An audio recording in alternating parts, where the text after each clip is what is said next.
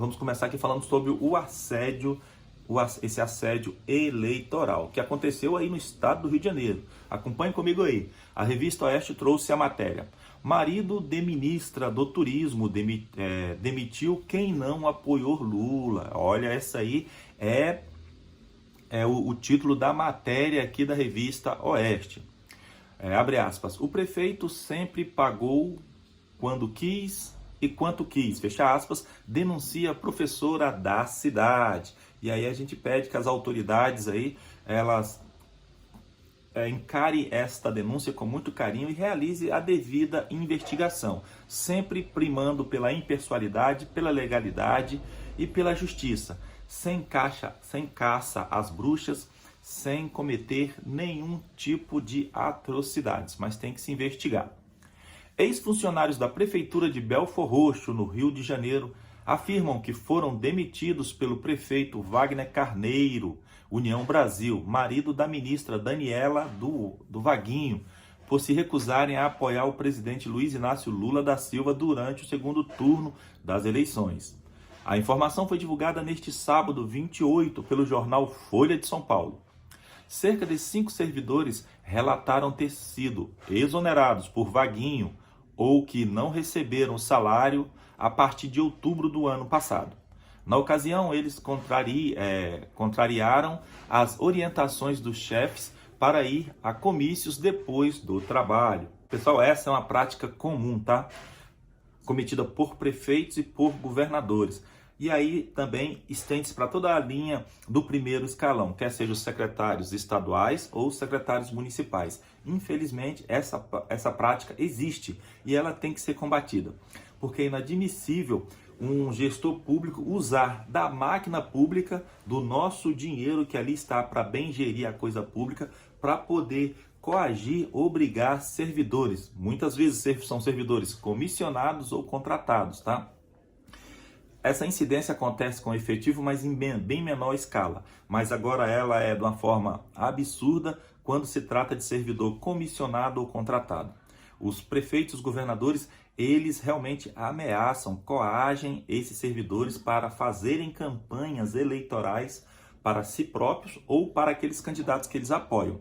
Eu falo isso porque a gente consegue perceber isso aqui no município onde eu moro. E a gente luta para acabar com essa prática, tá? Então, tanto é que nas eleições eu sempre deixo bem claro que se eu pegar, eu vou prender em flagrante quem estiver cometendo esse crime, porque é uma deslealdade com os outros candidatos.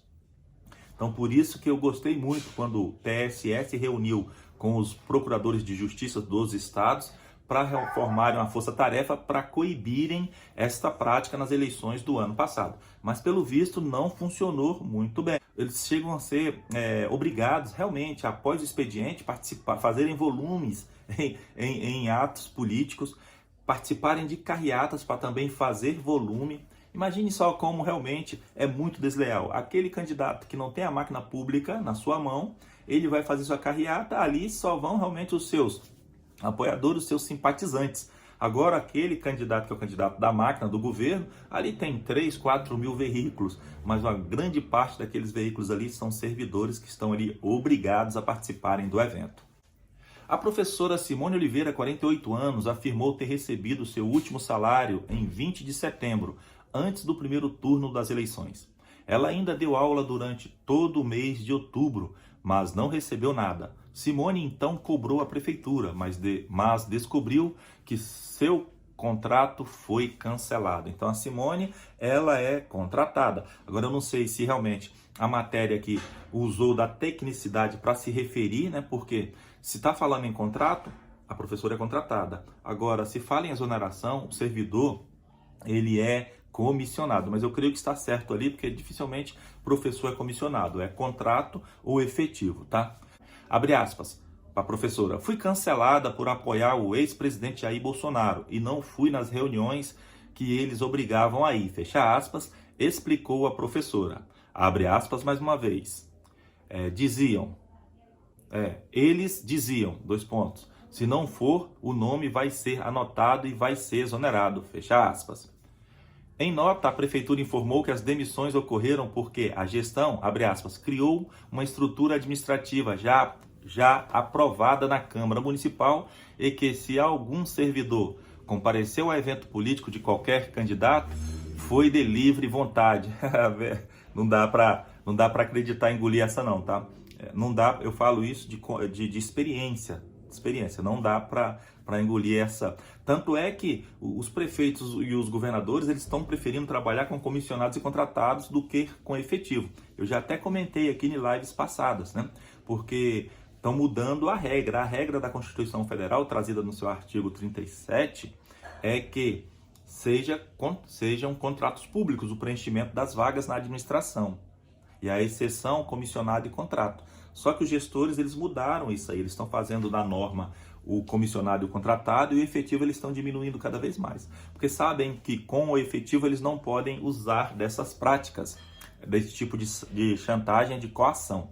Outros 4 ex-servidores que não quiseram se identificar narraram episódios parecidos, mas que ocorreram nas pastas de educação e saúde.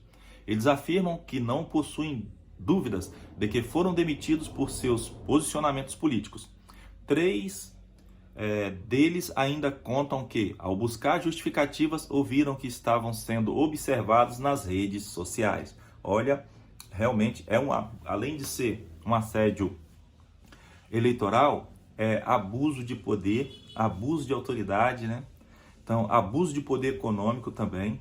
Em um dos grupos criados nas redes sociais para apoiar o Lula, uma administradora escreve, abre aspas, pessoal, peço para que todos aqui do grupo estejam presentes amanhã, lá no centro de Belford Roxo.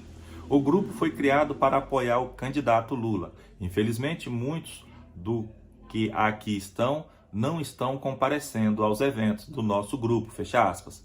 Em outro dia, ela escreveu, abre aspas, lembrando que ninguém é obrigado a ir, tem que ir de coração, fecha aspas. Isso aqui foi uma ironia que ela colocou, porque não é assim que funciona não, tá? Não é, não. Eles fazem isso para coibir mesmo, para obrigar o contratado e o comissionado a participarem dos eventos políticos. Então vamos seguir aqui esperando que o Tribunal Superior Eleitoral ele realmente atue nessa área, porque esse assédio eleitoral não pode acontecer de nenhum dos lados.